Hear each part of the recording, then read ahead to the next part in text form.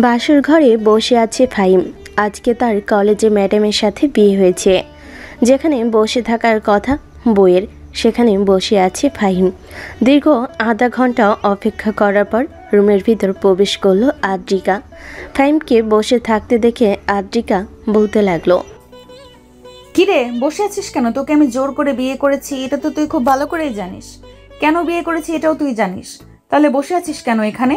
বিছানায় আমি ঘুমাবো, তুই তোর বালিশ নিয়ে মাটিতে শুয়ে থাক বা ব্যালকনিতে গিয়ে ঘুমা। ম্যাডাম, আপনি আমার মতো একটা পিচ্চি ছেলেকে বিয়ে করে অনেক বড় ভুল করেছেন। আমি তো আপনার বোনকে ভালোবেসেছিলাম, এছাড়া তো আর তেমন কোনো অপরাধ করি নাই। সামান্য এইটুকু অপরাধ করার জন্য আপনি আমাকে বিয়ে করে ফেলেছেন। এখন আপনার বোনের কি হবে? আমার বোনের কি হবে এটা আমি দেখে নিব। তোর সাথে রিলেশন করেছে তো কি হয়েছে? এখন অন্য ছেলের সাথে রিলেশন করবে। তুই কলেজে আমার সাথে যেরকম ব্যবহার করেছিস সেরকম ব্যবহার এখন দেখবো কিভাবে করিস। আর তুই এখনো বসে আছিস কেন? তাড়াতাড়ি যা। ফাহিম চলে আসলো বিছানা থেকে বেলকুনিতে। ফাহিম বেলকুনিতে সুন্দরভাবে একটা টেবিল রেখেছিল, কারণ সে এখানে মাঝে মধ্যে এসে ঘুমিয়ে পড়ে। রাতে চাঁদ দেখতে দেখতে আর আদ্রিকার বোনের সাথে কথা বলতে বলতে ফাহিম সেই টেবিলের উপর আগের মতোই মাথা রেখে শুয়ে আছে। এমন সময় তার ফোনে টং করে শব্দ হলো। পকেট থেকে ফোনটা বের করে দেখে আফসানা মেসেজ দিয়েছে। চলেন দেখে আসি কি মেসেজ দিয়েছে। ফাহিম, তুমি আমার সাথে রিলেশন করেছো গত 2 বছর, কিন্তু তুমি আমাকে বিয়ে না করে আমার বড় বোনকে বিয়ে করে ফেলেছো। আমি কখনো ভাবতে পারিনি তুমি যে এটা করতে পারবে। আফসানা, তুমি তো জানো আমি তোমার বোনকে বিয়ে করতে চাই নাই। তোমার বোন জোর করে বিয়ে করেছে আমাকে।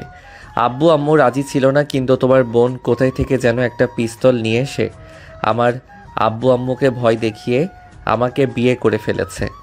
তবে চিন্তা করো না, আমি তোমার বোনকে এখনও স্পর্শ করি নাই এবং তোমার বোনের সাথে কথাও বলি নাই। তুমি চাইলে আমাকে ভিডিও কল দিয়ে দেখতে পারো। আমি বেলকনিতে বসে আছি। যখন তোমার সাথে কথা বলতাম তখন তো বেলকনিতে এসে বসে বসে চাঁদ দেখতাম আর তোমার সাথে কথা বলতাম, ঠিক সেইভাবে এখনও বসে আছি। আমি তোমাকে অনেক বিশ্বাস করি। আচ্ছা, তুমি আপুকে ডিভোর্স দিয়ে আমাকে বিয়ে করে ফেলবে? আপু তো আর কোনো কিছু বলতে পারবে না ডিভোর্স দিয়ে দিলে। হ্যাঁ, আমি এটাই করব। আমাকে কয়েকটা মাস সময় দাও, আমি তোমার বোনকে ডিভোর্স দিয়ে এরপরে তোমাকে বিয়ে করে ফেলবো। ফাহিম আফসানার সাথে কথা বলতে লাগলো। এইদিকে আদ্রিকা বিছানায় শুয়ে শুয়ে তার বয়ফ্রেন্ডের সাথে কথা বলতেছে। চলেন শুনে আসি আদ্রিকা এবং তার বয়ফ্রেন্ড কি কথা বলতেছে। আদ্রিতা, তুমি আমার সাথে এটা করতে পারলে? এত বড় ছলনা! আমি তো তোমাকে কম ভালোবাসি নাই, তুমি কেন ওই পিচ্চিটাকে বিয়ে করলে? এখন আমার কি হবে? শাওন, তুমি চিন্তা করো না, আমি তো তোমার আছি, তোমারই থাকবো। আর ওই তো আমার কাছে ঘেঁষতেই পারবে না। কালকে সকালে আমি তোমার কাছে চলে আসব, তোমাকে নিয়ে সারা দিন ঘুরবো। ঠিক আছে, কালকে তুমি চলে এসো, আমি তোমার জন্য অপেক্ষা করব সেই কফি শপে যেখানে আমরা প্রতিদিন কফি খাই। আদ্রিকা শাওনের সাথে কিছুক্ষণ কথা বলে ঘুমের দেশে পাড়ি জমালো। এইদিকে ফাহিম সারা রাত কথা বলে পার করে দিল আফসানার সাথে। পরের দিন সকাল 7টা ফাহিম ফ্রেশ হয়ে চলে আসলো নিচে। ফাহিমকে একা আসতে দেখে তার আম্মু বলতে লাগলো, কিরে ফাহিম, তুই একা এসেছিস কেন? বৌমা কোথায়? তাকে নিয়ে আয়। আম্মু, তোমরা আমার জীবনটা শেষ করে দিয়েছো।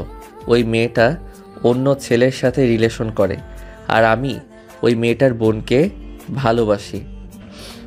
মেয়েটা একটু আমাকে ভয় দেখিয়ে বলেছে যে সে আমাকে বিয়ে করবে, আর তোমরাও ভয় পেয়ে ওই মেয়ের সাথে আমার বিয়ে দিয়ে দিয়েছো।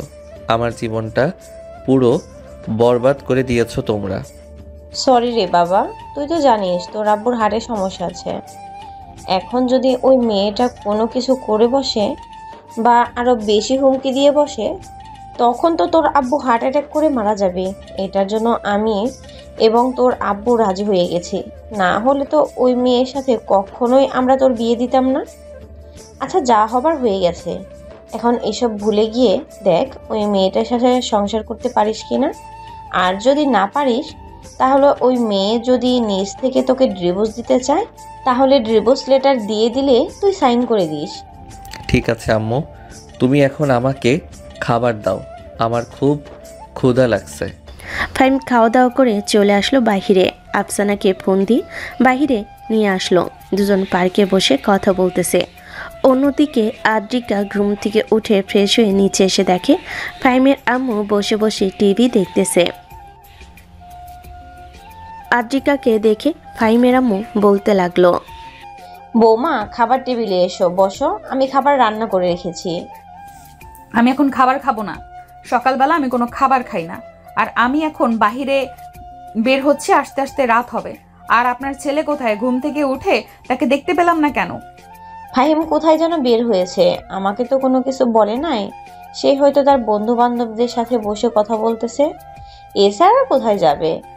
আর তুমি আজকে কোথায় যাইতেছো? আমি কোথায় যাইতেছি এটা আপনাকে জানতে হবে না। আমি এখন বাহিরে যাইতেছি, এটাই বলতে যাইতেছি, এটাই বলে যেতেছি। এই বলে আদ্রিকা ফাহিমের আম্মুকে বলে চলে আসলো বাহিরে। সেই কফি শপে এসে দেখে ফাহিম এবং আফসানা বসে বসে কফি খাইতেছে, দুজন দুজনের হাত ধরে। এটা দেখে আদ্রিকা আফসানার কাছে এসে বলতে লাগলো, কিরে আফসানা, তুই এখানে কি করিস? আর ফাহিম, তুমি এখানে কি করো? যাও, বাসায় যাও। আমি বাসায় যাব না, আর আপনি যেই কাজ করতে এসেছেন সেই কাজ করেন। আমাদের এখানে এসে নাক গলাচ্ছেন কেন? আপনাকে কি বলেছি আমাদের এখানে এসে নাক গলানোর জন্য? ফাহিম, গলা নামিয়ে কথা বলো। আশেপাশে মানুষ আছে, সবাই তাকিয়ে আছে কিন্তু আমাদের উপর। গলা নামিয়ে কি কথা বলবো? আপনি কেন আমাদের এখানে এসে নাক গলাচ্ছেন? আপনার তো এখানে এসে নাক গলানোর দরকার নেই। ফাহিমের কথা শুনে পাশের টেবিল থেকে এক বড় ভাই ফাহিমকে উদ্দেশ্য করে বলতে লাগলো, কি ভাই, কি সমস্যা? আর এই মেয়েটা কি আপনাকে ডিস্টার্ব করতেছে নাকি? হ্যাঁ ভাই, এই মেয়েটা আমাকে ডিস্টার্ব করতেছে। আমি এই মেয়েটাকে চিনি না। আপু প্লিজ, আপনি এখান থেকে চলে যান। আপু, আপনি এখান থেকে চলে যান, না হলে কিন্তু আপনার বিপদ আছে, এই বলে দিলাম। আদ্রিকা ওইখান থেকে চলে গেল। এদিকে ফাহিম আর আফসানা বসে বসে কফি খেতে লাগলো। কফি খাওয়া শেষ করে সারাদিন ঘোরাঘুরি করে সন্ধ্যায় চলে আসলো বাসায়।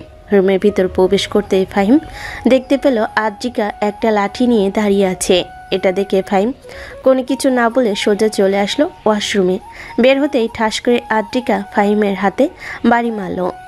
বাড়িটা পুরো ফাহিমের আঙ্গুলে গিয়ে পড়েছে। ফাহিম তার আঙ্গুল নাড়াতে পারতেছে না। ফাহিম জোরে চিৎকার করে উঠল। ফাহিমের জোরে চিৎকারের শব্দ শুনে ফাহিমের আব্বাম্মু দৌড়ে চলে আসলো উপরে। এসে দেখে আদ্রিকার হাতে লাঠি, আর ফাহিম তার আঙ্গুল নাড়াতে পারছে না, বসে বসে কান্না করতেছে নিচে। এটা দেখে ফাহিমের আম্মু আদ্রিকাকে উদ্দেশ্য করে বলতে লাগলো, আদ্রিকা, সে তোমার জামাই হয়, তুমি তাকে মারতে পারো না? সে ছোট হলেও। আপনাকে বলি নাই নাক গলানোর জন্য? আপনি নিচে চলে যান। আমি তার সাথে কি করব না করব এটা আপনার দেখার বিষয় না। তুমি যদি আমার ছেলের গায়ে আর একটা আঁচড় দাও তাহলে কিন্তু আমি সোজা থানায় গিয়ে তোমার নামে মামলা করব। বলবো যে তুমি আমাদেরকে পিস্তল দেখিয়ে ভয় দেখিয়েছ এবং আমার ছেলেকে বিয়ে করেছ। আপনাদের কাছে কোনো প্রমাণ আছে যে আমি আপনাদেরকে পিস্তল দেখিয়ে ভয় দেখিয়েছি এবং আপনার ছেলেকে বিয়ে করেছি ভয় দেখিয়ে? অবশ্যই আমাদের কাছে প্রমাণ আছে। প্রমাণ না থাকলে কি আমরা এ কথা বলতাম? তুমি যদি আর একবার আমার ছেলের গায়ে হাত তোলো তাহলে তোমার খবর আছে, এই বলে দিলাম। আদ্রিকা হাত থেকে লাঠিটা ফেলে দিল নিচে। এদিকে ফাহিমের আম্মু ফাহিমকে নিয়ে চলে আসলো নিচে। ফ্রিজ থেকে বরফ এনে ফাহিমের হাতে লাগাতে লাগলো। কয়েক ঘন্টা লাগানোর পরও ফাহিম তার আঙ্গুল নাড়তে পারছে না, অনেকটা ফুলে গেছে। এটা দেখে ফাহিমের আম্মু ফাহিমের আব্বুকে উদ্দেশ্য করে বলতে লাগলো। ফাহিমের আম্মু আদ্রিকার আব্বু আম্মুকে ফোন দিয়ে নিয়ে আসলো তাদের বাসায়। ফাহিমের আব্বু আম্মু আদ্রিকার আব্বু আম্মুকে সব কিছু বলতেই আদ্রিকার আব্বু আম্মু আদ্রিকাকে উদ্দেশ্য করে বলতে লাগলো, ফাহিমের আব্বু, তুমি একটু ফাহিমকে নিয়ে হাসপাতালে যাও। আমার মনে হয় ফাহিমের আঙ্গুল ভেঙে গেছে, একবার চেক করে নিয়ে আসো। আমি আদ্রিকার আব্বু আম্মুকে ফোন দিতেছি। কি শুনতেছি আমি এসব? তুই নাকি ফাহিমকে মারধর করেছিস, ফাহিমের হাতের কি অবস্থা করেছিস তুই? একে তো তুই তাদেরকে ব্ল্যাকমেল করে বিয়ে করেছিস, ফাহিমকে আমি কোনো কিছু বলি নাই। আজকে তুই তো সীমা অতিক্রম করে ফেলেছিস। তোকে আর আমি এই বাড়িতে রাখবো না, চল আমাদের সাথে। এই বলে আদ্রিকার আব্বু আদ্রিকাকে টানতে টানতে নিয়ে চলে আসলো গাড়িতে। গাড়িতে ধাক্কা মেরে উঠিয়ে দিয়ে ড্রাইভ করে চলে আসলো তাদের বাসায়। আদ্রিকার আব্বু আদ্রিকাকে উদ্দেশ্য করে বলতে লাগলো, তুই আমার মান সম্মান ডুবিয়ে দিয়েছিস, সাথে তুই তোর জামাইকে এভাবে অত্যাচার করেছিস। তোকে তো আমার মন চাইতেছে পুলিশের হাতে তুলে দেওয়ার জন্য। তুই আর ওই বাড়িতে যেতে পারবি না। কেন আমি ওই বাড়িতে যেতে পারবো না? ওই বাড়ি হচ্ছে আমার স্বামীর বাড়ি, আমি আমার স্বামীর বাড়িতে থাকবো। তোমাদের কি সমস্যা আমি ওই বাড়িতে থাকলে? আর আমি আমার স্বামীকে কি করব না করব এসব তো তোমাদের দেখার বিষয় না। ঠাস ঠাস ঠাস, মুখের উপরে তর্ক করা শিখে গিয়েছিস। তুই বিয়ে মানে বুঝিস? কলেজের ম্যাডাম হয়েছিস তো শুধু শিক্ষা দীক্ষা, এমনিতে ঘর সংসার সম্পর্কে তুই কোনো কিছুই বুঝিস না। বুঝবে কি করে? আবু তোমার মেয়ে তো কাউকে সম্মান করতে শেখেনি। সে যদি সম্মান করতে শিখতো তাহলে তো সে তার শ্বশুর শাশুড়িকে সম্মান করত এবং জামাইকে সম্মান করত। জামাই ছোট হয়েছে তো কি হয়েছে, তাকে আগলে রাখতো। আমি মেনে নিলাম তুমি আমার কাছ থেকে ফাহিমকে কেড়ে নিয়েছো, তাই বলে এই না যে তুমি তাকে এইভাবে মারধর করবে। তুমি জানো আমি কেন আজকে ফাহিমের সাথে দেখা করেছি? আমি ফাহিমকে সব কিছু বুঝিয়ে বলেছি। ফাহিম বলেছে যে তুমি যদি তাকে ইচ্ছা করে ছেড়ে দাও তাহলে সে তোমাকে ছেড়ে দেবে এবং আমাকে বিয়ে করবে, আর যদি তুমি তাকে আগলে রাখো তাহলে সে তোমার সাথে থাকবে সারাটা জীবন। সে ছোট হলেও তাকে যদি একটু বুঝিয়ে বলো তাহলে অবশ্যই সে মানবে। আর তোমার মধ্যে তো কোনো কমন সেন্স বলতে কোনো কিছুই নেই। আবু তুমি এক কাজ করো, কাজী সাহেবকে ডেকে এনে তুমি আপুর ডিভোর্স করিয়ে দাও এবং আপুকে যে ভালোবাসে তার সাথে বিয়ে করে দাও। আপু তুমি তোমার বয়ফ্রেন্ডকে ফোন দিয়ে বলো যে কালকে তার আব্বু আম্মুকে নিয়ে আসতে। হ্যাঁ, আমি তোমাদের সামনে লাউড স্পিকার দিয়ে তাকে আমি দেখো কি বলতেছি, সে আসবে কি আসবে না। বিয়ে করলে আমি এক্ষুনি করব, এত চিন্তা কিসের? তোরা শুধু দেখ আমি কি করতে পারি। এই বলে আদ্রিকা ফোন দিল তার বয়ফ্রেন্ডকে। এইদিকে শাওন মাতাল হয়ে পড়ে আছে তার রুমে। হঠাৎ তার ফোনটা বাজতেই কলটা রিসিভ করে বলতে লাগলো, কিরে আমাকে কল দিয়েছিস কেন? তুই অন্য একজনকে বিয়ে করেছিস, এখনও আমার সাথে সম্পর্ক রেখেছিস? আমি তো তোর শরীরটাকে চেয়েছিলাম, পাইলাম না। শাওন তুমি এসব কি বলতেছো? তুমি নিশ্চয়ই কোনো কিছু খেয়েছো তাই না? এটার জন্য এসব আবল তাবল বলতেছো। তুমি তোমার আব্বু আম্মুকে নিয়ে আমাদের বাসায় আসো, আজকে রাতে আমি তোমাকে বিয়ে করব। ধুর তুই কে রে যে তোকে আমার বিয়ে করতে হবে? তোকে যদি বিয়ে করতেই চাই তাহলে তোর আগে ডিভোর্স হবে, এরপরে আমাকে বিয়ে করতে হবে। আমি ডিভোর্সি নারীকে বিয়ে করব না। ফোন রাখ কুত্তার বাচ্চা, তোকে আমি খেতে পারলাম না। শাওনের কথা শুনে সবাই হাততালি দিতে লাগলো। এদিকে আফসানা আদ্রিকাকে উদ্দেশ্য করে বলতে লাগলো, কি আপু দেখলে তো এখন তোমার বয়ফ্রেন্ড তোমাকে কি বলছে? তোমাকে খেতে চেয়েছিল, বিয়ে করেছো, এখনও তার সাথে সম্পর্ক রেখেছিলে। তোমাকে ভুলিয়ে ভালিয়ে সে তোমার সাথে শারীরিক সম্পর্ক করত। এখন সব কিছু প্রমাণ পেয়েছো তো নিজে থেকে। সে হয়তো কিছু খেয়েছে, এটার কারণেই এরকম বলেছে। আমি বিশ্বাস করি না। তুমি বিশ্বাস করলে করবে, না করলে নেই, তাতে আমাদের কোনো কিছু যায় আসে না। আব্বু তোমাকে যেটা বলেছি সেটা করো। তুমি ফাহিমের সাথে আপুর ডিভোর্স করিয়ে দাও। পরবর্তীতে আপু যা ইচ্ছে তাই করুক গিয়ে। সে কার সাথে ঘোরাঘুরি করলো, কার সাথে শারীরিক সম্পর্ক করলো, এটা আমাদের দেখার বিষয় না। তুমি আপুকে বের করে দেবে বাড়ি থেকে, কাজী অফিস থেকে ডিভোর্স পেপার এনে। কিরে তুই এখন চুপচাপ হয়ে আছিস কেন? বল কি বলবি? তোর জন্য কাজী অফিসে কথা বলবো নাকি কথা বলবো না এটা আমাদেরকে বল। আপুর নীরবতা বুঝতেছো না? আপু চাইছে যে সে ফাহিমকে ডিভোর্স দেওয়ার জন্য। তুমি আপুর জন্য ব্যবস্থা করো সব কিছু। আমি কি তোকে একবারও বলেছি যে আমি ডিভোর্স চাইছি, ফাহিমকে ডিভোর্স দিব? তুই এত নাচানাচি করতেছিস কেন? ফাহিমকে যেহেতু আমার বিয়ে করে ফেলেছি তার মানে আমি তার সাথেই ঘর সংসার করবো সারা জীবন। আমি ফাহিমদের বাসায় গেলাম। এই বলে আদ্রিকা চলে আসলো বাহিরে। একটা রিক্সা নিয়ে ফাহিমদের বাসার উদ্দেশ্যে রওনা দিল। বেশ কিছুক্ষণ পর চলে আসলো ফাহিমদের বাসার সামনে। কলিং বেল দিতেই ফাহিমের আম্মু সে দরজা খুলে দিল। আদ্রিকাকে দেখে ফাহিমের আম্মু বলতে লাগলো, কি ব্যাপার? তুমি আবার আমাদের বাসায় এসেছো কেন? তোমাকে না তোমার আব্বু আম্মু নিয়ে গেছে? যাও, তুমি তাদের বাসায় যাও। আমি কেন আমাদের বাসায় যাব? এটা আমার স্বামীর বাড়ি, আমি আমার স্বামীর বাড়িতে থাকবো। আর আপনাদের সাথে খারাপ ব্যবহার করার জন্য আমি আন্তরিকভাবে দুঃখিত। প্লিজ শাশুড়ি মা, আমাকে মাফ করে দেন। এখন থেকে আপনারা যেভাবে চাইবেন আমি সেভাবেই থাকবো। নিশ্চয়ই নতুন কোনো প্ল্যান করে এসেছো, তাই না? এটার জন্যই তুমি এসব বলতেছ।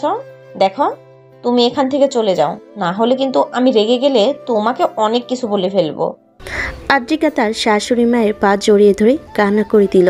এইদিকে ফাহিমের আম্মু চুপচাপ দাঁড়িয়ে আছে। আদ্রিকা এখনও তার শাশুড়ি মায়ের পা ধরে কান্না করতেছে। বেশ কিছুক্ষণ কান্না করার পর ফাহিমের আম্মু বলতে লাগলো, ঠিক আছে, এখন তুমি রুমে যাও। আর যদি কখনো ফাহিমের সাথে খারাপ ব্যবহার করো, তাহলে আমি নিজে গিয়ে কাজী অফিস থেকে ডিভোর্স লেটার এনে তোমাকে দিয়ে, দরকার পড়লে কাবিনে যত টাকা লেখা হয়েছে এর চাইতে দ্বিগুণ টাকা আমি তোমাকে দিয়ে ডিভোর্স দিয়ে দেব। আমি আর কখনোই আপনার ছেলের সাথে খারাপ ব্যবহার করব না। আপনি প্লিজ শেষবারের মতো আমাকে বিশ্বাস করেন। আর ফাহিম কোথায়? তাকে তো দেখতেছি না। ফাহিমকে নিয়ে হাসপাতালে গেছে তার হাত চেক করানোর জন্য। যেভাবে মেরেছ মনে হয়তো হাতের আঙ্গুলের হাড্ডি ভেঙে গেছে। এখন ফাহিম আসলে জানতে পারবো। আর তুমি রুমে যাও। আদ্রিকা আর নিচে দাঁড়িয়ে না থেকে চলে আসলো তার রুমে। বিছানায় শুয়ে শুয়ে শাওনের কথাগুলো ভাবতেছে আর মনে মনে বলতেছে, আছি আমি কিনা নিজের হাতে নিজের সংসারটা নষ্ট করে দিতে চাইছিলাম? যে আমার শরীর নেবার জন্য এরকম করেছে তার সাথে আমি এরকমভাবে ঘোরাঘুরি করেছি। এখন থেকে আর কোনো কিছুই করব না। ফাহিমের খেয়াল রাখবো। এখন থেকে ফাহিমকে আমি আমার নিজের করে ছাড়বো, আমার বোনের থেকে। এসব ভাবতেছে আদ্রিকা তার নিজের মনে মনে। বেশ কিছুক্ষণ চিন্তা ভাবনার পর দরজার দিকে তাকাতে দেখতে পেল ফাহিম রুমের ভিতর প্রবেশ করছে। ফাহিমকে দেখে আদ্রিকা বলতে লাগলো, ফাহিম, তোমার হাতের কি অবস্থা এখন? ডাক্তার কি বলেছে? ফাহিম চুপচাপ দাঁড়িয়ে রইল। এমন সময় পিছন থেকে ফাহিমের আব্বু বলতে লাগলো, আদ্রিকা, তুমি যদি আমার ছেলেকে শাস্তি দেওয়ার জন্য বিয়ে করে থাকো তাহলে এই আশা ছেড়ে দাও। আমি কালকে কাজী অফিসে গিয়ে তোমাদের ডিভোর্স লেটার নিয়ে আসবো। তুমি আমার ছেলের যে অবস্থা করেছো। আব্বু, আমি আপনার পায়ে পড়তেছি, প্লিজ এরকম করবেন না। আমি আর কখনোই এরকম করব না। আমি ফাহিমের পা জড়িয়ে ধরে মাফ চাইতেছি। আপনি আমাকে 1 সপ্তাহ সময় দেন, আমি 1 সপ্তাহের ভেতরে ঠিক হয়ে যাব। প্লিজ আমাকে 1 সপ্তাহ সময় দিয়ে দেখেন। আপনাকে 1 সপ্তাহ সময় দিলে কি হবে? আপনি সকালবেলা ঘুম থেকে উঠে আবার আমার উপর অত্যাচার করবেন। তার চাইতে ভালো হবে আপনি যাকে ভালোবাসেন তার কাছে চলে যান। আমাকে আমার মতো থাকতে দেন, আমি একা থাকবো, খুব ভালো থাকবো। না, আমি এখন দেখি তোমার পাশে থাকবো সারা জীবন। আর প্লিজ আমাকে মাফ করে দাও, আমি ভুল করে এরকম করে ফেলেছি। ফাহিম আর কিছু বলল না, চুপচাপ বিছানায় শুয়ে পড়ল, হাতের আঙ্গুল ব্যান্ডেজ করা। এদিকে ফাহিমের আপু নিচে এসে ফাহিমের আম্মুকে উদ্দেশ্য করে বলতে লাগলো, আমার ছেলের একটা হাতের আঙুল ভেঙে গেছে, বাকিগুলো রক্ত জমাট হয়েছে। ডাক্তার সবকিছু ঠিকঠাক করে দিয়েছে, তবে সময় লাগবে। আর ওই মেয়েকে না তার আব্বু এসে নিয়ে চলে গেছে। তাহলে এখন আবার আমাদের বাসায় কি করে? সে তো বলতেছে যে আর আমাদের সাথে খারাপ ব্যবহার করবে না। 1 সপ্তাহ দেখো সে কি করে। যদি খারাপ ব্যবহার করে তাহলে তার আব্বু আম্মুকে ডেকে এনে তাদের সামনে ডিভোর্স দিয়ে দিবে। ঠিক আছে, তুমি যেটা বলতেছো 1 সপ্তাহ দেখার জন্য, আমি 1 সপ্তাহ দেখবো। এদিকে ফাহিম বিছানায় শুয়ে আদ্রিকা ফাহিমের পায়ের পাশে বসে ফাহিমের পা টিপে দিতে লাগলো। এমন সময় ফাহিমের ফোনে মেসেজ আসলো। ফাহিম ফোনটা হাতে নিয়ে দেখে আফসানার মেসেজ দিয়েছে। মেসেজের রিপ্লাই দিতে লাগলো। এদিকে আদ্রিকা চুপ হয়ে আছে। বেশ কিছুক্ষণ পর আদ্রিকা ফাহিমকে নিচু গলায় বলতে লাগলো, আমার সামনে এরকমভাবে চ্যাটিং না করলে হয় না? আপনি আড়ালে গিয়ে না হয় চ্যাটিং করেন, আমি তো আপনাকে বাধা দেই নাই। আপনাকে তো আমি একবারও বলি নাই যে আমার পা টিপার জন্য আপনি ঘুমিয়ে থাকেন। আমার সেবা যত্ন করতে হবে না, আমি এমনিতেই সুস্থ হয়ে যাব। এমন করতেছো কেন? আমি তো ভালোর জন্যই বলতেছি। আমি তো আপনার বউ। আমার কি এইসব দেখলে কষ্ট লাগে না? আপনার কষ্ট লাগতে যাবে কেন? আপনার তো খুশি থাকা দরকার। 1 সপ্তাহ এই বাড়িতে থাকবেন, পরে আপনার ডিভোর্স হয়ে যাবে। প্লিজ এই ডিভোর্স শব্দটা মুখে নেবেন না। এইটা মুখে নিলে আমার ভালো লাগে না। আর কাল থেকে আবারও কলেজে যাওয়া শুরু করবেন, আমিও কলেজে যাব। আমি কলেজে যাব নাকি কলেজে যাব না এটা আপনার দেখতে হবে না। আপনি আপনার মতো চলাচল করেন, আপনাকে কেউ বাধা দিবে না, আমিও বাধা দিব না, আম্মুও বাধা দিবে না। আদ্রিকা ফাহিমের আর কোনো কথা না শুনে ফাহিমের মাথার কাছে এসে ফাহিমের ঠোঁটের সাথে ঠোঁট একত্রিত করে দিল। এদিকে ফাহিম নিজেকে ছাড়ানোর চেষ্টা করতেছে কিন্তু পারছে না। বেশ কিছুক্ষণ অপেক্ষা করার পর আদ্রিকা ফাহিমকে ছাড়তেছে না দেখে ফাহিম সজোরে আদ্রিকার ঠোঁটে কামড় দিয়ে বসলো। আদ্রিকা এক লাফ দিয়ে ফাহিমকে উদ্দেশ্য করে বলতে লাগলো, কি ব্যাপার, কামড় দিয়েছেন কেন? আমার লিপ কিস তো ভালো লাগে নাই। আপনি যেভাবে বলবেন আমি সেভাবেই করতে রাজি আছি। আপনি আমার শরীর স্পর্শ করবেন না, আজ থেকে আপনি দূরে সরে যান। ওই যে সোফা আছে, সোফায় গিয়ে ঘুমান, আর না হয় আমি সোফায় গিয়ে ঘুমাচ্ছি। এই বলে আদ্রিকা চলে আসলো সোফায়। ফাহিমের দিকে তাকিয়ে আছে আদ্রিকা। কখন যে ঘুমের দেশে পাড়ি জমিয়েছে খেয়ালই নেই। এইদিকে ফাহিম নিজের মনে মনে বলতে লাগলো, এই মেয়ে কি সত্যি সত্যি পাল্টে যাবে, নাকি আবারও কালকে সকাল থেকে আমার সাথে খারাপ ব্যবহার করবে? আমাকে খুব সাবধানে চলতে হবে। আর আফসানা তো বলেই দিয়েছে সে আমার সাথে আর রিলেশন কন্টিনিউ করতে চায় না। আমি এখন কি করব? আমি তো আফসানাকে ছাড়া কোনো কিছুই ভাবতে পারি না। আফসানাকে বোঝাতে হবে কালকে আমি তার সঙ্গে দেখা করব, দেখা করে তাকে ভালোভাবে বোঝাবো। কালকে তো কলেজে যাব, অবশ্যই তার সাথে দেখা হবে। এখন তাহলে ঘুমাই, অনেক রাত হয়েছে। এই বলে ফাহিম ঘুমের দেশে পাড়ি জমালো। পরের দিন সকাল 7টা।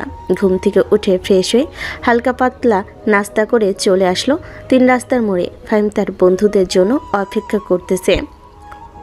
বেশ কিছুক্ষণ পর তার বন্ধুরা আসলো। ফাহিমকে দেখে বলতে লাগলো, কিরে ফাহিম, তোর ম্যাডামের কাছে এরকমভাবে মায়ের খেয়ে হাত তো দেখি ব্যান্ডেজ করে রেখেছিস। তোকে জোর করে বিয়ে করেছে শাস্তি দেওয়ার জন্য। তুই কিছু বলতে পারিস না নাকি? ভাই আমি কি বলবো? আমি কিছু বলার আগে আমার মুখ বন্ধ করে দেয়। এই দেখ, আমি গতকালকে কোনো কিছু বলি নাই। অযথা সে আমার হাতে বাড়ি দিয়ে একটা আঙুল ভেঙে ফেলেছে, আর বাকি আঙুলগুলোতে রক্ত জমাট হয়েছে। তাহলে তোরাই বল আমি তার সাথে কিভাবে কথা বলবো? আমি তো ভাবতেছি সামনের সপ্তাহে তাকে ডিভোর্স দিব। হ্যাঁ, সেই সিদ্ধান্ত নিয়েছিস, এটাই কর। এটা করলে তোর জন্য আরও বেশি ভালো হবে। ওই ম্যাডাম আর অত্যাচার সহ্য করতে হবে না তোকে। হ্যাঁ, একদম ঠিক বলেছিস। ওই ম্যাডামের অত্যাচার আর সহ্য করতে হবে না। দেখি কয়েকদিনের ভিতরে ম্যাডামকে ডিভোর্স দিয়ে দিব।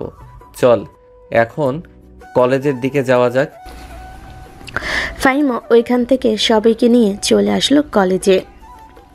কলেজ ক্যাম্পাসে বসে আছে ফাহিম এবং তার বন্ধুরা। এমন সময় আদ্রিকা এসে ফাহিমকে উদ্দেশ্য করে বলতে লাগলো, কি ব্যাপার ফাহিম, তুমি বাড়ি থেকে আসার সময় আমাকে নিয়ে আসো নাই কেন? আমি না তোমাকে গতকালকে বলেছিলাম যে আমি কলেজে যাব, তাহলে তুমি নিয়ে আসলে না কেন? আপনাকে নিয়ে আসতে হবে এমন কোনো কথা আছে নাকি? আপনি নিজে পায়ে হেঁটে আসতে পারেন এবং রিক্সা দিয়ে আসতে পারেন। আপনি কচি খোকা না যে আপনাকে আঙুল ধরে নিয়ে আসতে হবে। তুমি আমার সাথে এরকম ভাবে কথা বলতেছো কেন ফাহিম? আমি তোমার বউ হই, আর তুমি আমার সাথে এরকম ভাবে কথা বলতেছো কেন? মানুষ কি বউয়ের সাথে খারাপ ব্যবহার করে কথা বলতে পারে না নাকি? আর আপনি আমার সামনে থেকে চলে যান তো, আপনাকে দেখতে ইচ্ছা করতেছে না। আদ্রিকা ফাহিমকে আর কিছু বলতে না দিয়ে চলে আসলো তার কেবিনে। কেবিনের ভিতর প্রবেশ করতে রতন স্যার আদ্রিকাকে উদ্দেশ্য করে বলতে লাগলো, কি ব্যাপার আদ্রিকা, তুমি নাকি ফাহিমকে বিয়ে করেছো জোর করে?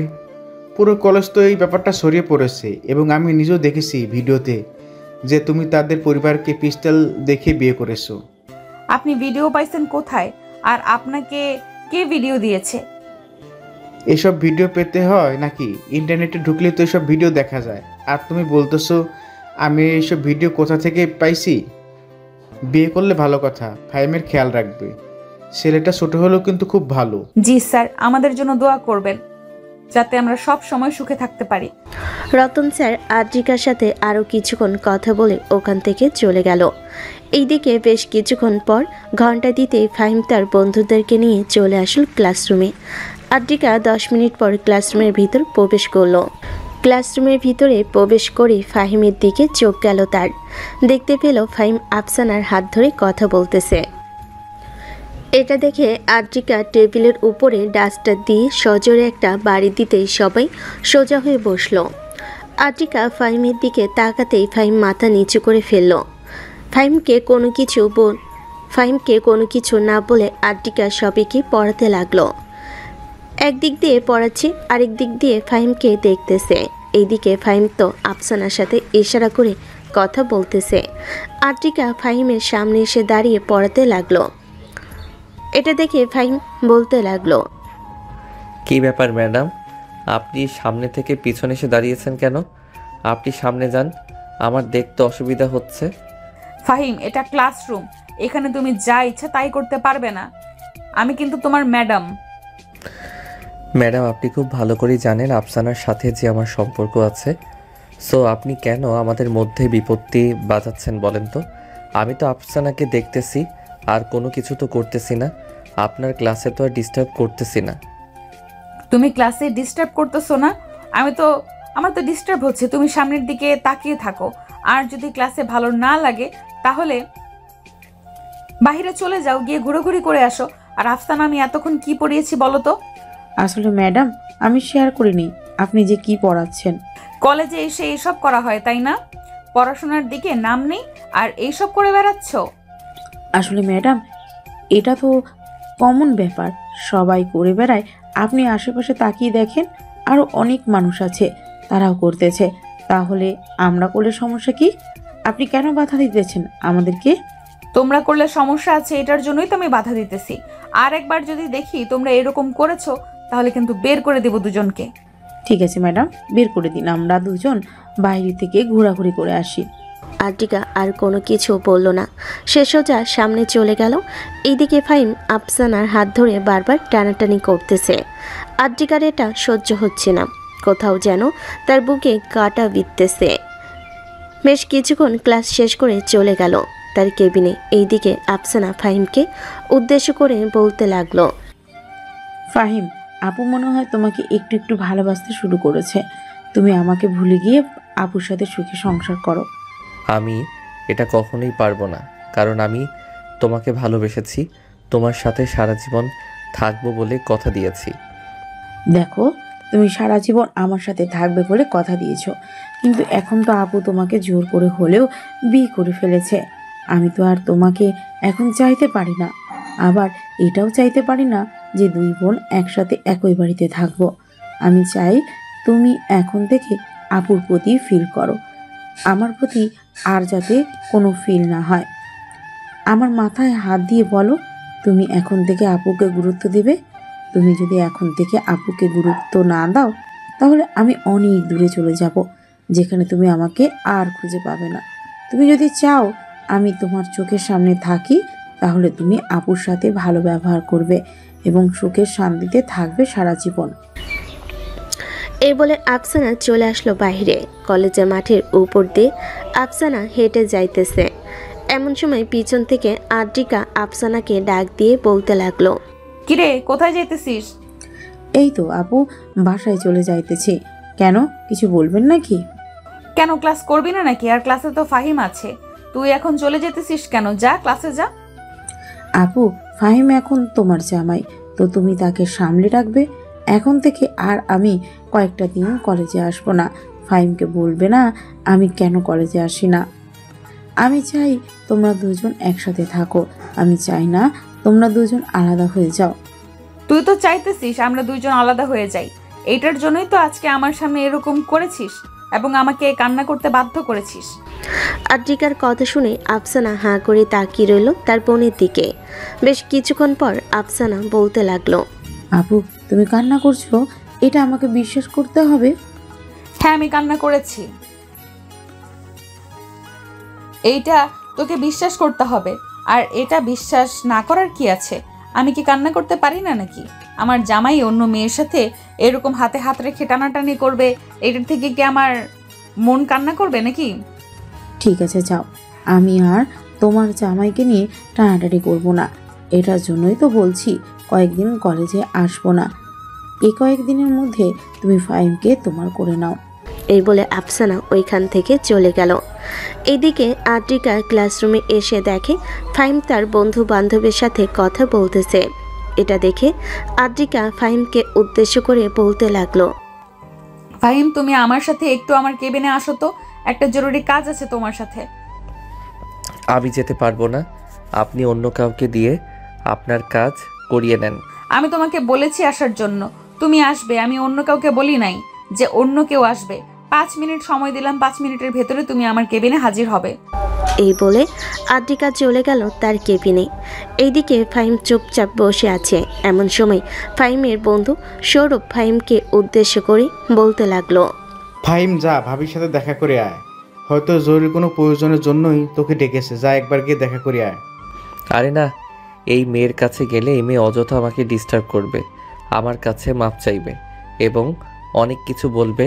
আমি এই মেয়ের কাছে যাব না, তোর আমাকে জোর করিস না। দেখ বন্ধু, তুই যদি তোর সম্মান বাঁচাতে চাস তাহলে তুই এখন ম্যাডামের কেবিনে যাবি। এখন যদি না যাস তাহলে ম্যাডাম যদি এখানে চলে আসে, সবার সামনে কোনো কিছু করে বসে, তাহলে কিন্তু নিজেই লজ্জায় পড়ে যাবি। এবং এখানে কেউ জানে না যে ম্যাডাম তোর সাথে বিয়ে হয়েছে, একমাত্র আমরা এবং কয়েকজন শিক্ষক ছাড়া। ফাহিম বেশ কিছুক্ষণ চিন্তা ভাবনা করে চলে আসলো আদ্রিকার কেবিনে। চুপচাপ বসে আছে ফাহিম। এমন সময় আদ্রিকা ফাহিমকে উদ্দেশ্য করে বলতে লাগলো, ফাহিম, আমি ভুলের জন্য তোমার কাছে ক্ষমা চাইতেছি, প্লিজ তুমি আমাকে ক্ষমা করে দাও।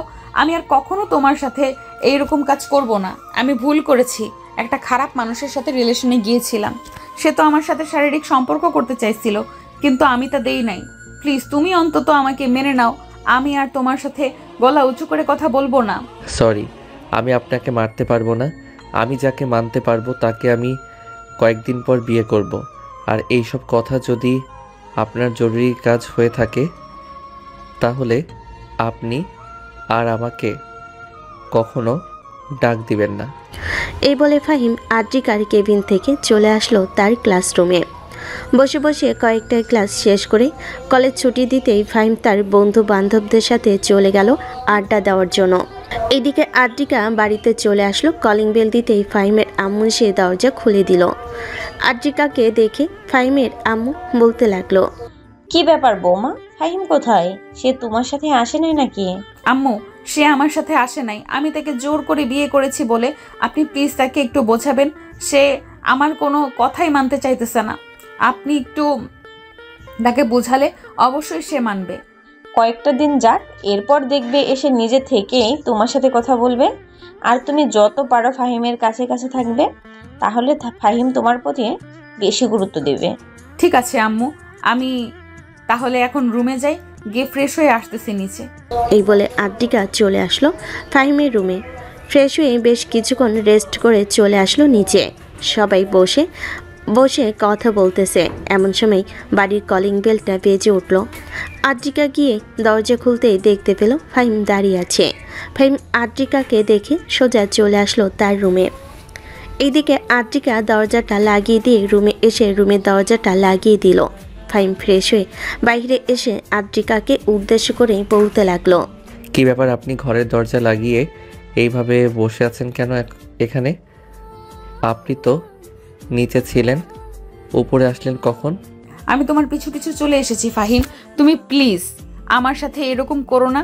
আমি তোমাকে অনেক সুখে রাখবো, অনেক ভালোবাসবো। এই বলে আদ্রিকা বিছানা থেকে উঠে ফাহিমকে জড়িয়ে ধরলো। এইদিকে ফাহিম আদ্রিকাকে ধাক্কা মেরে দূরে সরিয়ে দিয়ে বলতে লাগলো, আপনাকে কতবার বলেছি যে আপনি আমার কাছ থেকে দূরে থাকবেন, এইভাবে কাছে আসেন কেন আপনি? আপনি সবসময় আমার কাছ থেকে 2 হাত দূরে থাকবেন। যখন আমার মনে হবে আপনাকে আমার প্রয়োজন, তখন আমি আপনাকে নিজেই বলবো যে আপনি আমার কাছে আসেন। এই বলে ফাহিম সোজা চলে আসলো নিচে। খাবার টেবিলে বসে তার আম্মুকে উদ্দেশ্য করে ফাহিম বলতে লাগলো, আম্মু, খুব ক্ষুধা লাগছে, খাবার দিয়ে যাও। বৌমাকে ডাকতে, বৌমা সে নিজেও খায় নাই, তোর জন্য অপেক্ষা করছিল অনেকক্ষণ, তাকে ডাক দিয়ে নিয়ে আয়, আমি দুজনের জন্যই খাবার রেডি করতেছি। সে পরে খেয়ে নিবে বলেছে। তুমি আমাকে খাবার দাও এখন তাড়াতাড়ি, আমার পেটে ইঁদুর দৌড়াচ্ছে। ফাহিমের আম্মু ফাহিমকে খাবার দিয়ে দিল। এদিকে আদ্রিকা আস্তে আস্তে করে চলে আসলো নিচে। আদ্রিকাকে দেখে ফাহিম বলতে লাগলো, আম্মু আমি আর খাবার খাবো না, এখন বাহিরে চলে যাইতেছি। খাবারটা শেষ করে এরপরে যা। ফাহিম হাত ধুয়ে চলে গেল বাহিরে।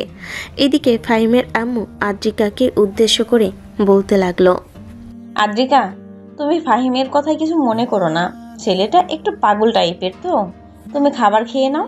সকালে হালকা পাতলা খাওয়া দাওয়া করে তাড়াতাড়ি করে চলে গেছো, দুপুরের খাবারও খাও নাই। এখন ঘুমাবো না আম্মু, আমি এখন রুমে চলে যেতেছি। এই বলে আদ্রিকা সোজা চলে আসলো ফাহিমের রুমে। বিছানায় শুয়ে পড়তেই কখন যে ঘুমিয়ে গেছে খেয়াল নেই তার। এইদিকে ফাহিম বাহিরে এসে ঘোরাঘুরি করতেছে। এমন সময় তার ফোনটা বেজে উঠল। তাকিয়ে দেখে অপরিচিত একটা নাম্বার। কলটা রিসিভ করতেই ও পাশ থেকে আফসানা বলতে লাগলো, ফাহিম, তুমি আপুর সাথে ভালো থেকো। আমি পড়ালেখা করার জন্য দেশের বাইরে চলে যাচ্ছি। আমি এখন ঢাকা আন্তর্জাতিক হজরত শাহজালাল বিমানবন্দরে আছি। তুমি আপুর সাথে সুখে সংসার করো, ভালো থেকো, বাই। এই বলে আফসানা কলটা কেটে দিল। নাম্বারটা ছিল আফসানার আম্মুর। আর আফসানা এটা কেন বলেছে আপনারা খুব তাড়াতাড়ি জানতে পারবেন। এইদিকে ফাহিম তাড়াতাড়ি করে একটা রিক্সা নিয়ে চলে আসলো আফসানাদের বাসায়। কলিং বেল দিতেই আফসানার আম্মু এসে দরজা খুলে দিল। ফাহিমকে দেখে বলতে লাগলো, কি ব্যাপার ফাহিম, তুমি এখানে কি করো? আদ্রিকা তো তোমাদের বাসায়। আফসানা কোথায় তাকে ডাক দেন, আমি তার সাথে কথা বলবো। তাকে তো আর পাবে না, সে লন্ডন চলে গেছে। কিছুক্ষণ আগেই তার আব্বু তাকে পৌঁছে দিতে গেছে। এতক্ষণে মনে হয় এয়ারপোর্টের ভিতরে ঢুকে গেছে। আমি ফোন দিয়েছিলাম, বলেছে যে মাত্র ঢুকবে। আপনি প্লিজ একটু আফসানার সাথে আমাকে যোগাযোগ করিয়ে দেন, আমি তার সাথে কথা বলবো। আমি তাকে ফোন দিয়েছিলাম, তার ফোন বন্ধ বলছে। এখন তো আর হবে না, তার ফোন বন্ধ আছে। আমি নিজেই ফোন দিয়েছিলাম, তুমি বাসায় চলে যাও আর আদ্রিকার সাথে সুখে সংসার করো। আদ্রিকা তোমাকে অনেক সুখে রাখবে। আপনারা আমার সাথে এই রকম একটা কাজ করতে পারলেন, আমি কখনো ভাবতে পারি নাই যে আপনারা এরকম একটা কাজ করবেন আমার সাথে। আপনার বড় মেয়েকে আমি কখনোই ক্ষমা করব না। আপনার বড় মেয়ের জন্য এই সব কিছু হয়েছে। এই বলে ফাহিম ওইখান থেকে চলে আসলো তাদের বাসায়। কলিং বেল দিতেই তার আম্মু এসে দরজা খুলে দিল। ফাহিমকে কোনো কিছু জিজ্ঞেস করলো না, কারণ ফাহিমের আম্মু ফাহিমের মুখ দেখে বেশ ভালোই বুঝে গেছে ফাহিম অনেকটা রেগে আছে। ফাহিম তার রুমে এসে দেখে আদ্রিকা বিছানায় ঘুমাচ্ছে। এটা দেখে ফাহিম আরও রেগে গিয়ে আদ্রিকার চুলের মুঠি ধরে টান মেরে ফেলে দিল নিচে। এইদিকে আদ্রিকা নিচে পড়ে গিয়ে জোরে চিৎকার করে উঠল। নিচ থেকে ফাহিমের আব্বু আম্মু দৌড়ে চলে আসলো ফাহিমের রুমে। এসে দেখে ফাহিম আদ্রিকার চুলের মুঠি ধরে বলতেছে, তোর জন্য আমি আমার আফসানাকে হারিয়ে ফেলেছি। তুই কেন আমাদের মাঝে এসেছিলি? তুই ম্যাডাম ছিলি, ম্যাডামের মতো থাকতি, আমাদের মাঝে এসে কেন ঝামেলাটা করলি? ফাহিম এইসব কথা বলতেছে আদ্রিকাকে। এইদিকে ফাহিমের আম্মু ফাহিমের গালে ঠাস করে একটা চড় মেরে বলতে লাগলো, ফাহিম, কি হচ্ছে এসব? তুই মেয়েটাকে এভাবে মারধর করতেছিস কেন? আল্লাহ যা করে সবার ভালোর জন্যই করে। তোর ভালোর জন্য মনে হয় আল্লাহ এই কাজটাই করেছে, আর তুই মেয়েটাকে এইভাবে মারধর করতেছিস? হ্যাঁ আম্মু, আমি এই মেয়েটাকে মেরে ফেলবো। এই মেয়েটার জন্য আফসানা আমেরিকা চলে গেছে, শুধু এই মেয়েটার জন্য। ভালো হয়েছে চলে গেছে। তুই যদি আর একদিন আদ্রিকার গায়ে হাত তুলিস তাহলে তোর হাত আমি কেটে ফেলবো। আমি এই বাড়িতে থাকবোই না, তোমরা থাকো এই মেয়েটাকে নিয়ে। ঠিক আছে, দেখা যাবে কতদিন বাহিরে বাহিরে থাকতে পারিস। যা, বাড়ি থেকে বের হয়ে যা। ফাহিম বাড়ি থেকে বের হয়ে গেল।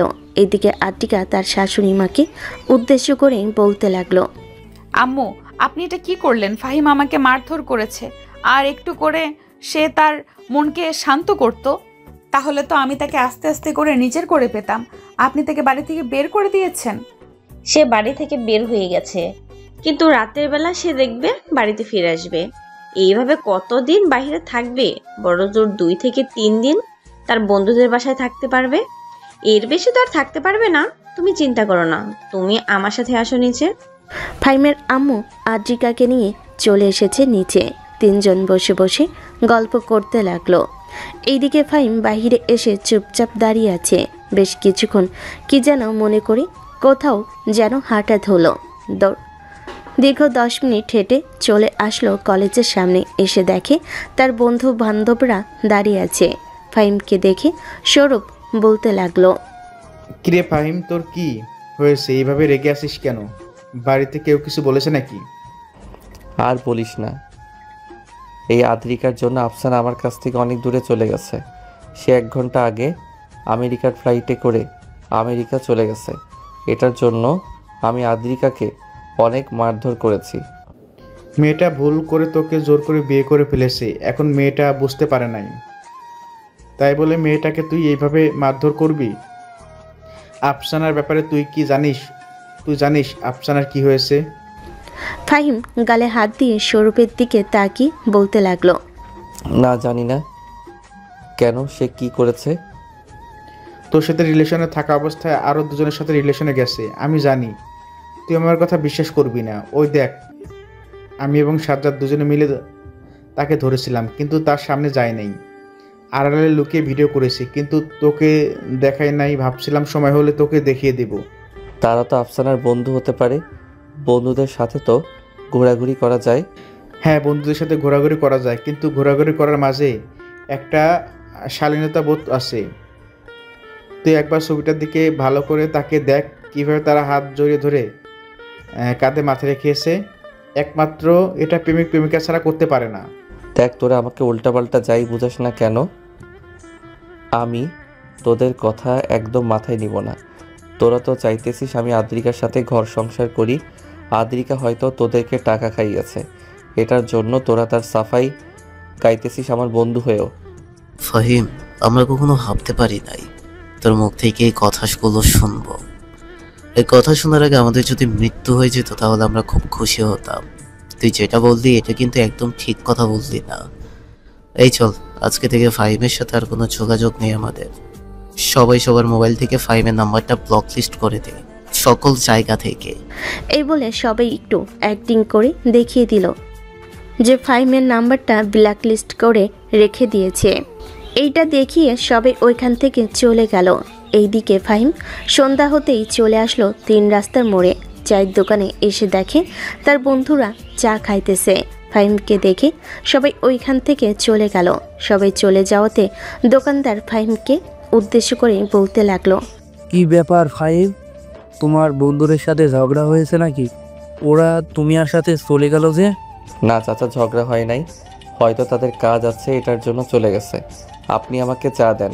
ফাহিম চা খেয়ে চলে আসলো বাড়ির সামনে। বাড়ির ভিতরে ঢুকবে না কি ঢুকবে না এসব চিন্তা করতেছে। ফাহিম বাড়ির ভিতরে না ঢুকে আবারও তার এলাকাটা একটু ঘোরাঘুরি করে চলে আসলো বাড়ির সামনে। পকেট থেকে ফোনটা বের করে দেখে রাত প্রায় 12:45 বাজে। ফাহিম ডায়াল পেটে গিয়ে ফোন দিল আদ্রিকার নাম্বারে। আদ্রিকার সাথে সাথে ফোনটা রিসিভ করলো আর বলতে লাগলো, ফাহিম, তুমি এখন কোথায় আছো? বাড়িতে আসো। আমি আর তোমার সাথে খারাপ ব্যবহার করব না। প্লিজ তুমি একটু বাড়িতে আসো। আমি কালকে সকালে আমাদের বাসায় চলে যাব। আমি বাড়ির বাহিরে দাঁড়িয়ে আছি, এসে দরজাটা খোলেন। এই বলে ফাহিম কলটা কেটে দিল। এইদিকে আদ্রিকা ফোনটা টেবিলের ওপর রেখে সোজা চলে আসলো নিচে। দরজা খুলতেই দেখতে পেল ফাহিম মাথা নিচু করে দাঁড়িয়ে আছে। ফাহিম বাড়ির ভিতরে প্রবেশ করতে আদ্রিকা ফাহিমকে উদ্দেশ্য করে বলতে লাগলো, আপনি রুম থেকে ফ্রেশ হয়ে আসেন, আপনার জন্য খাবার রেডি করতেছি।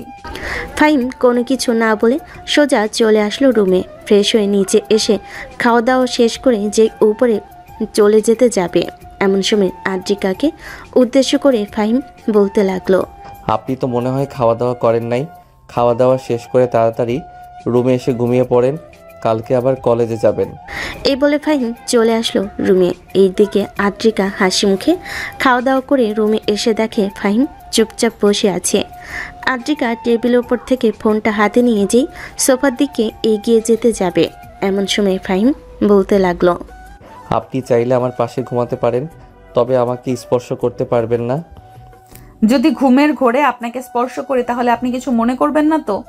না, তখন আমি কিছু মনে করব না।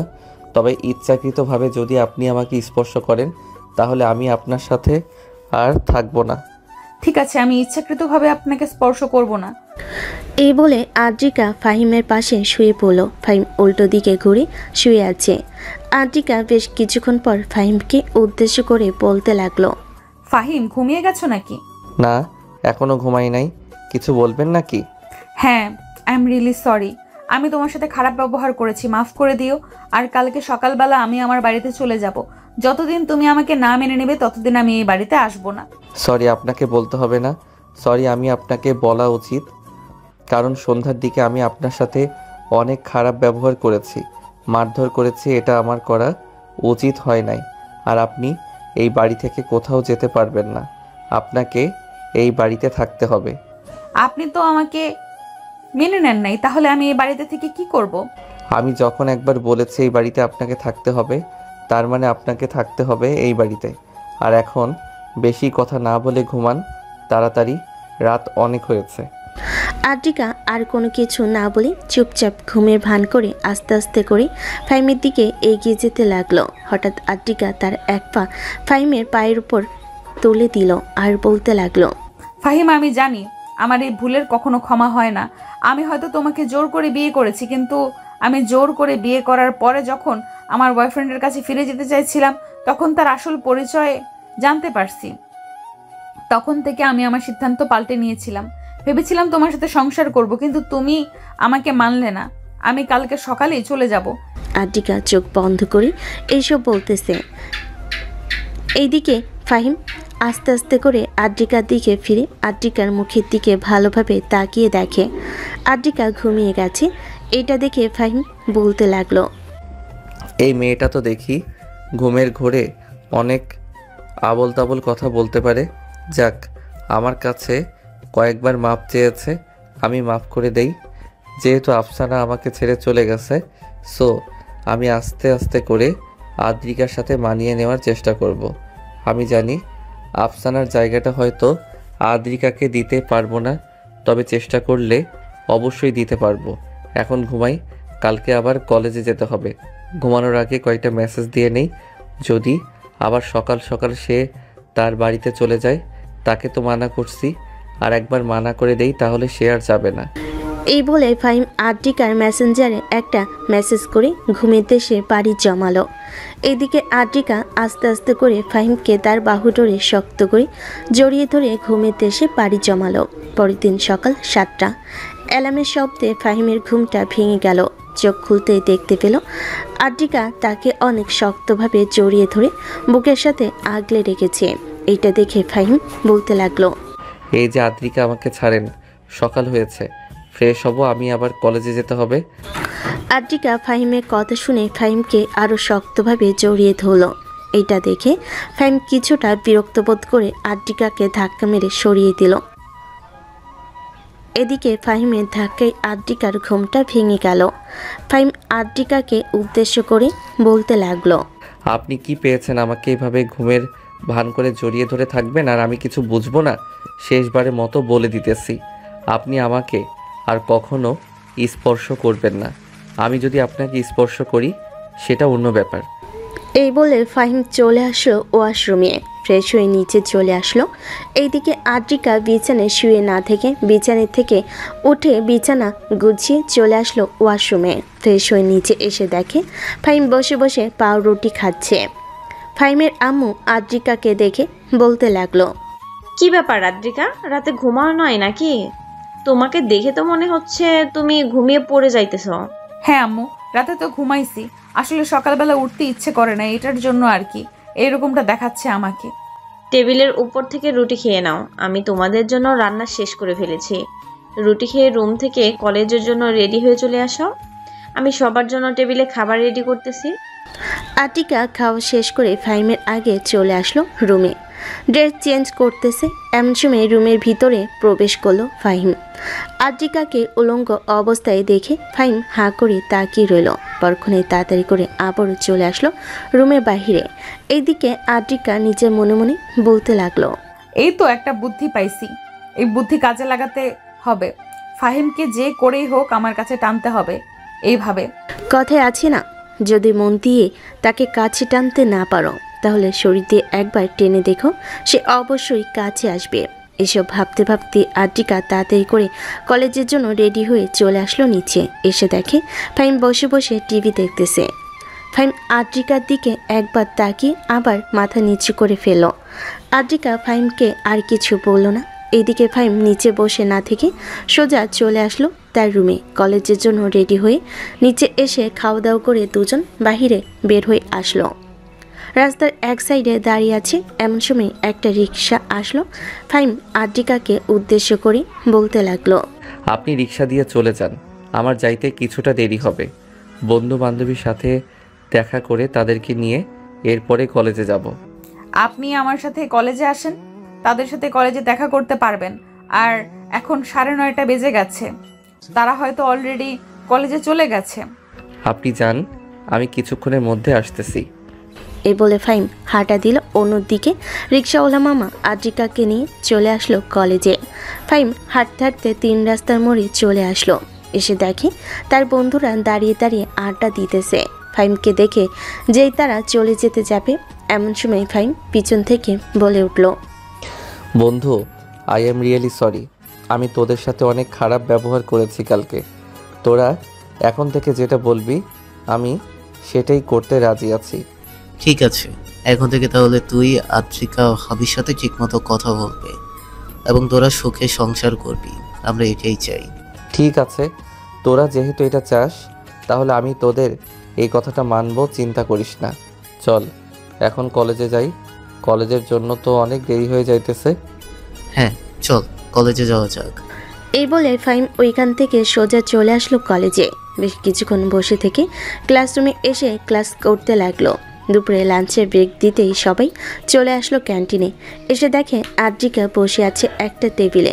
সাজ্জাদ এবং তার বন্ধু বান্ধবরা আদ্রিকার টেবিলে গিয়ে বসে পড়ল। আদ্রিকাকে উদ্দেশ্য করে বলতে লাগলো, কি ব্যাপার ভাবি, আপনি তো দেখি অনেকটা শুকিয়ে গেছেন। ফাহিম কি আপনাকে আদর যত্ন করে না নাকি? এটা আমাকে জিজ্ঞাসা না করে তোমরা তোমাদের বন্ধুকে জিজ্ঞাসা করো।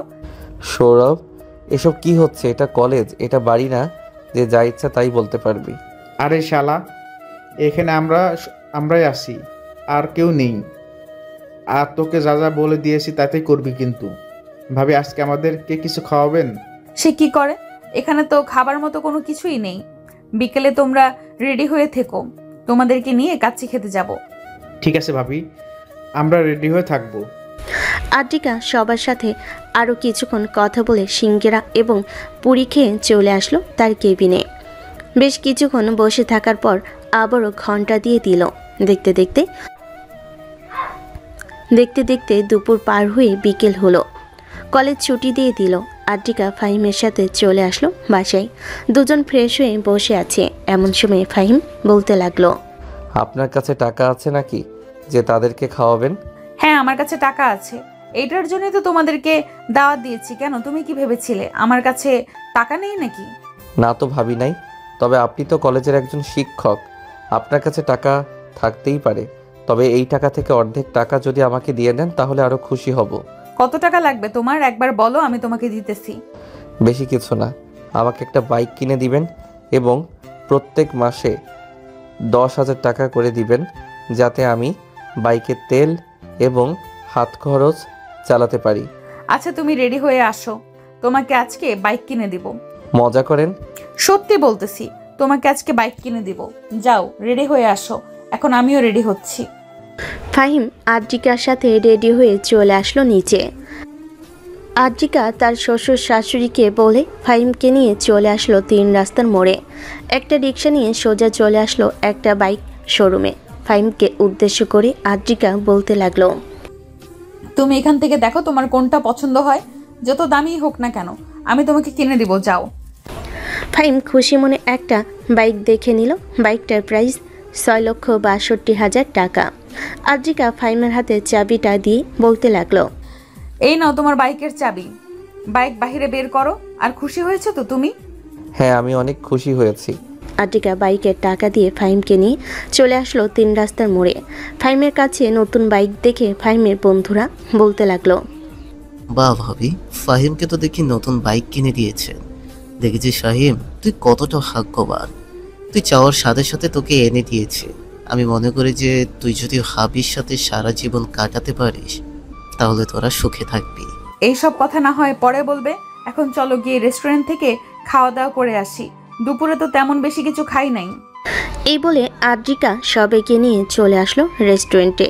খাওয়া দাওয়া শেষ করে বিল দিয়ে কিছুক্ষণ ফাইমকে নিয়ে ঘোরাঘুরি করে চলে আসলো বাসায়। ফাইমের কাছে বাইক দেখে ফাইমের আম্মু বলতে লাগলো, আদ্রিকা, তুমি এটা একদম ঠিক কাজ করো নাই ফাহিমকে বাইক কিনে দিয়ে। তুমি ঢাকা শহরের অবস্থা তো জানো, যে কোনো সময় বিপদ হতে পারে। আমাদের কাছেও টাকা ছিল, আমরাও তো তাকে কিনে দেই নাই, কারণ সে আমাদের একমাত্র ছেলে। আমরা চাই না তাকে হারানোর জন্য। আম্মু আপনি চিন্তা করবেন না, ফাহিম খুব সাবধানেই বাইক চালাবে। আমি ফাহিমকে বলে দিয়েছি। ফাহিম যাও গিয়ে ড্রেস চেঞ্জ করে ফ্রেশ হয়ে নাও, আমি আম্মুর সাথে কথা বলে আসতেছি। ঠিক আছে, যাইতেছি। ফাইম চলে গেল উপরে। এদিকে আদ্রিকা ফাইমের আম্মুকে জড়িয়ে ধরে কান্না করে বলতে লাগলো, আম্মু আপনার ছেলে যা চাইবে আমি তাই দিতে রাজি আছি। আমার সাথে সে সারা জীবন থাকলেই চলবে, আমার আর কিচ্ছু লাগবে না। আপনারা আমাদের জন্য দোয়া করবেন যাতে আমরা সুখে শান্তিতে থাকতে পারি। হ্যাঁ, তোমাদের জন্য সব সময় দোয়া করি। এখন তুমি তোমার রুমে যাও আর ফাহিমের কাছে কাছে থাকো। আদ্রিকা চলে আসলো রুমে। এসে দেখে ফাইম ফ্রেশ হয়ে বসে আছে। আদ্রিকা ড্রেস চেঞ্জ করে ফাইমের পাশে এসে বসে ফাইমকে উদ্দেশ্য করে বলতে লাগলো, ফাহিম বাইক সাবধানে চালাবে। আর একটা কথা বলতে চাই তোমাকে, তুমি যদি চাও আমাকে রাখতে তাহলে রাখতে পারো, আর যদি না চাও তাহলে বলো, আমি আমার বাসায় চলে যেতেছি। কোথাও যাওয়ার প্রয়োজন নেই, যেহেতু বিয়ে করে ফেলেছেন। যেভাবে বিয়ে করেছেন খুব জোর করে বা এমনিতে বিয়ে তো হয়ে গেছে, এটা তো আর কোনো কিছু করতে পারবো না। আমিও আস্তে আস্তে আপনার সাথে মানিয়ে থাকার চেষ্টা করব। ঠিক আছে, আর তোমার যখন যা লাগবে আমার কাছে বলবে, আমি তোমাকে সব কিছু এনে দিব। এই বলে আদ্রিকা ফাইমকে জড়িয়ে ধরলো। এইদিকে ফাইম আস্তে করে আদ্রিকাকে জড়িয়ে ধরে তার শরীরে ঘ্রাণ নিতে লাগলো চোখ বন্ধ করে। মেয়ে মানুষের শরীর থেকে অন্যরকম একটা ঘ্রাণ আসে, এটা একমাত্র যারা স্বামী স্ত্রী তারাই বুঝে। বেশ কিছুক্ষণ দুজনকে জড়িয়ে ধরে রেখে দিয়ে আবারও চলে আসলো নিচে। রাতে খাওয়া দাওয়া শেষ করে সবাই বসে আছে। এমন সময় ফাহিমের আব্বু ফাহিমকে উদ্দেশ্য করে বলতে লাগলো, ফাহিম, তুই যেহেতু বাইরে গিয়ে কাজ করবি না, তাহলে এক কাজ কর, ঘরে বসে অনলাইনে কিছু বিক্রি কর, তাহলে দেখবি এখান থেকে উপার্জন করতে পারবি। হ্যাঁ আব্বু, আমিও তাই ভাবছিলাম যে ঘরে বসে কিছু একটা করব। দেখি আর কয়েকটা দিন যাক, ইন্টারনেটে সার্চ করে দেখব ফোনটা বেশি প্রয়োজন মানুষের, ওইটা আমি কিনে এনে বিক্রি করব। আর মাঝে মধ্যে তোমার অফিসে যাব। ঠিক আছে, মাঝে মধ্যে না হয় তুই আমার অফিস থেকে ঘুরে আসিস। আর আদ্রিকা তো আমাদের বাসায় এসেছে অনেকদিন হয়েছে, তুই এক কাজ করিস, কালকে বিকালবেলা আজকে কাকে নিয়ে আমাদের অফিসে ঘুরিয়ে নিয়ে আসিস। কালকে তো আবার বৃহস্পতিবার, কলেজ তাড়াতাড়ি ছুটি দিয়ে দিবে। ফাহিম তার আব্বুর সাথে কথা বলে আদ্রিকাকে নিয়ে চলে আসলো তার রুমে। বসে বসে আদ্রিকার সাথে গল্প করতেছে। এমন সময় ফাহিম আদ্রিকাকে উদ্দেশ্য করে বলতে লাগলো, আদ্রিকা, তোমার বুকে ওই কালো তিলটা কিন্তু অনেক সুন্দর। আমি কিন্তু তোমার ওই কালো তিল দেখে ফেলেছি। আপনার চোখ এত দূর অবধি পৌঁছে গেছে? সামান্য মাত্র ড্রেসটা খুলে ড্রেস চেঞ্জ করেছিলাম, এতেই এতটুকু? কেন, আমি কি আমার বউয়ের কিছু দেখতে পারি না নাকি? এমন করে বলতেছো তুমি যে আমি কোনো কিছু দেখতে পারি না? দেখতে পারো, তবে এখন তো সেইভাবে আর দেখো নাই, এইটার জন্যই বললাম আর কি। ও আচ্ছা, এখন তাহলে ঘুমাও, কালকে কলেজে যাব, আবার কলেজ থেকে অফিসে যাইতে হবে।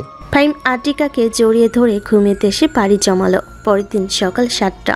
ফাহিম আর আদ্রিকা ঘুম থেকে উঠে দুজনে একসাথে ফ্রেশ হয়ে নিচে এসে খাওয়া দাওয়া করে আবারও রুমে এসে কলেজের জন্য রেডি হয়ে চলে আসলো কলেজে। দুপুরে কিছুক্ষণ ফাহিম তার বন্ধুদের সাথে আদ্রিকাকে নিয়ে ঘোরাঘুরি করে অফিসে চলে আসলো। অফিসে কিছুক্ষণ ঘোরাঘুরি করে আদ্রিকাকে সব কিছু দেখিয়ে দিয়ে বাড়ির দিকে রওনা দিল দুজন। এদিকে আফসানা যখন জানতে পারছে তারা দুজন একদম ঠিক হয়ে গেছে, তখন আফসানা চলে এসেছে ফাহিমদের বাসায়। বসে বসে টিভি দেখতেছে। এদিকে ফাহিম আর আদ্রিকা বাড়ির সামনে এসে কলিং বেল দিতেই ফাহিমের আম্মু এসে দরজা খুলে দিল। ফাহিম এবং আদ্রিকা দুজন বাড়ির ভিতর প্রবেশ করতেই সোফায় দেখতে পেল আদ্রিকার আম্মু এবং আফসানা বসে আছে। কি ব্যাপার দুলা ভাই, আমার সাথে কথা না বলে সোজা চলে এসেছেন রুমে। কথা বলার ইচ্ছে নেই নাকি আমার সাথে? ইচ্ছা থাকবে না কেন, অবশ্যই ইচ্ছা আছে। আসলে বাহির থেকে এসেছি তো খুব ক্লান্ত লাগছিল, তাই শুধু চলে এসেছি রুমে। আর তোমাকে খেয়াল করি নাই, তুমি তো শাশুড়ি মায়ের ওই পাশে বসেছিলে। হ্যাঁ জানি, আর খেয়াল করতে হবে না আমাকে। এখন বলেন আপনাদের নতুন জীবন, নতুন সংসার কেমন চলছে? এই তো আলহামদুলিল্লাহ ভালো চলতেছে। তোমরা দুইজন কথা বলো, আমি ততক্ষণে ফ্রেশ হয়ে আসতেছি। তুমি আমার সাথে এরকমটা না করলেও পারতে। যাই হোক, আমার এবং তোমার বোনের ভালোর জন্যই আমাদের জন্য দোয়া করো, যাতে আমরা সুখে সংসার করতে পারি। অবশ্যই আপনাদের জন্য দোয়া করব। আপুর সাথে এখনো কোনো কিছু করেন নাই নাকি? না, এখনো তেমন কিছু হয় নাই আমাদের মাঝে, তবে ভাবতেছি যে তোমার আপুকে আজকে রাতে বেবি গিফট করব। তুমি চাইলে আমাদের রুমে থেকে দেখতে পারো কিভাবে তোমার আপুকে বেবি গিফট দেই। দেখার ইচ্ছে নেই, যেখানে আমার থাকার কথা ছিল সেখানে আপু। যাই হোক, থাকেন তাহলে, আমি নিজে যাই। আর পারলে ডুইট বেবি আনার চেষ্টা করেন। এখন তাহলে আমি যাই। এই বলে আফসানা ওইখান থেকে চলে গেল নিচে। এদিকে ফাহিম চুপচাপ বসে আছে। এমন সময় ওয়াশরুম থেকে বের হলো আদ্রিকা। চুল মুছতে মুছতে ফাহিমকে উদ্দেশ্য করে বলতে লাগলো, কি ব্যাপার আফসানা, চলে গেছে নাকি? হ্যাঁ, মাত্র চলে গেছে। আদ্রিকা আর কিছু না বলে চুল মুছতে মুছতে দরজাটা লাগিয়ে দিয়ে আয়নার সামনে এসে আবারও চুল মোছা শুরু করলো। ফাহিম এক নজরে তাকিয়ে আছে আদ্রিকার দিকে। বেশ কিছুক্ষণ তাকিয়ে থাকার পর হঠাৎ ফাহিম বিছানা থেকে উঠে আদ্রিকার কাছে গিয়ে আদ্রিকাকে জড়িয়ে ধরে তার ঘাড়ে তার নাক ডুবিয়ে দিল। এটা দেখে আদ্রিকা নিজেকে আর কন্ট্রোল করতে না পেরে ফাহিমের ঠোঁটের সাথে তার ঠোঁট একত্রিত করে দিল। বেশ কিছুক্ষণ এইভাবে যাওয়ার পর ফাহিম আদ্রিকাকে ছেড়ে দিয়ে বলতে লাগলো, রাতের জন্য রেডি থাকেন, আজকে রাতে আপনার সাথে আদর খেলা হবে। আমি রেডি আছি, তোমার যা ইচ্ছা তাই করতে পারবে। আদ্রিকা চুলটা ভালোভাবে আছে ফাহিমকে নিয়ে চলে আসলো নিচে। দেখতে দেখতে রাত হয়ে আসলো। রাতে সবাই খাওয়া দাওয়া করে কিছুক্ষণ গল্প করে ফাহিম আদ্রিকাকে নিয়ে চলে আসলো রুমে।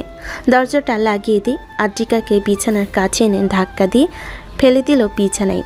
এমন সময় ফাহিম যে আদ্রিকার উপরে উঠতে যাবে, এমন সময় আদ্রিকা বলতে লাগলো, ফাহিম, তুমি যদি চাও তাহলে আমি শাড়ি পরে আসতে পারি, যদি তুমি বলো। শাড়ি পরার প্রয়োজন নেই, এখন যেভাবে আছেন এভাবেই চলবে। এই বলে ফাহিম আদ্রিকার সাথে ঠোঁট একত্রিত করে দিল।